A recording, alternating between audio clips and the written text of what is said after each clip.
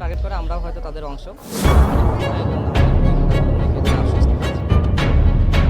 দেশকে অস্থিতিশীল, নৈরাজ্য এবং রাজনৈতিক সংকট সৃষ্টি করার মিশন নিয়ে মাঠে নেমেছিল সুব্রত বাইন ও মোল্লা মাসুদরা।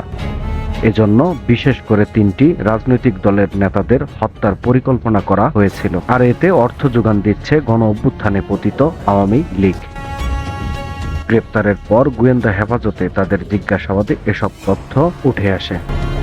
এই পরিকল্পনার প্রধান সহযোগী ছিলেন সুব্রত বাইনের শিষ্য আবু রাসেল মাসুদ ওরফে মোল্লা মাসুদ। তাকেও গ্রেপ্তার করেছে পুলিশ। এছাড়া তাদের বাহিনীর আরাফাত ইবনে নাসির ওরফে শুটার আরাফাত ও এমএএস শরীফকেও গ্রেপ্তার করা হয়।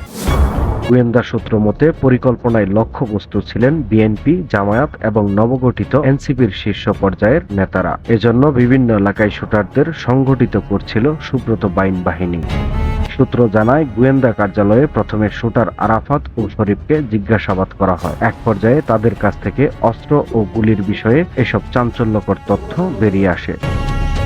এসব অস্ত্র ও গুলি সীমান্ত থেকে সংগ্রহের পর রাজধানীর মগবাজার, শাহবাগ, গুলশান ও বাড্ডা এলাকার সন্ত্রাসীদের হাতে পৌঁছে দেওয়ার পরিকল্পনা ছিল সুব্রত বাইন বাহিনীর। ওই সন্ত্রাসীরা ৫ আগস্টের পর সুব্রত বাইন ও মোল্লা মাসুদের দলে একে একে যোগ দেয়। রাজধানীর হাতিরঝিল থানার অস্ত্র মামলায় সুব্রত বাইনকে ৮ দিন ও অপর ৩ জনকে ৬ দিনের রিমান্ড মঞ্জুর করেছেন আদালত। ঢাকার অতিরিক্ত চিফ মেট্রোপলিটন ম্যাজিস্ট্রেট জাকির হুসাইনের আদালত এই আদেশ মঞ্জুর করেন। অন্য আসামিরা হলেন মোল্লা মাসুদ, আরাফাত ইবনে নাসির ওরফে শুটার আরাফাত ও এমএএস শরীফ। এর আগে কুষ্টিয়া থেকে সন্ত্রাসী সুব্রত বাইন ওরফে ফতে আলী ও তার ঘনিষ্ঠ সহযোগী মোল্লা মাসুদকে গ্রেপ্তার করা হয়। ৬টার দিকে কিছু শব্দ শুনতে পাই, শোনার পরে তাদের দেওয়া তথ্য অনুযায়ী রাজধানী থেকে গ্রেপ্তার করা হয় সহযোগী শুটার আরাফাত ও শরীফকে। অভিযানের সময় গ্রেপ্তারকৃতদের কাছ থেকে ৫টি বিদেশি পিস্তল, ১০টি ম্যাগাজিন, ১৩টি গুলি এবং একটি স্যাটেলাইট ফোন উদ্ধার করা হয়। গ্রেপ্তার ব্যক্তিরা স্যাটেলাইট ফোন ব্যবহার করতেন বলে জানায় অভিযান সংশ্লিষ্ট সূত্রগুলো।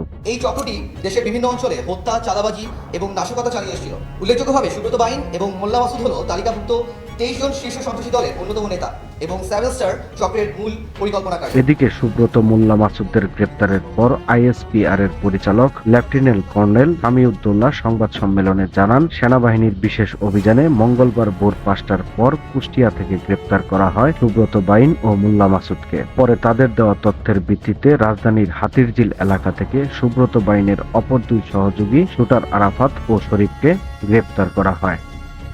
৬টার দিকে কিছু শব্দ শুনতে পাই, শোনার পরে আমার জানালা খুলে দেখতে পাই যে এই বিল্ডিংটা পুরা আর্মিতে ঘিরে ফেলছে। তো তার ২০ মিনিটের ভিতরে তাদের ভিতরে একটা তৎপরতা লক্ষ্য করি আমি জানালা থেকে দেখতে। তো তার কিছুক্ষণ ২০ মিনিট পরে দেখলাম ২ জন লোককে এখান থেকে তারা কালো গাড়িতে নিয়ে চলে যায়।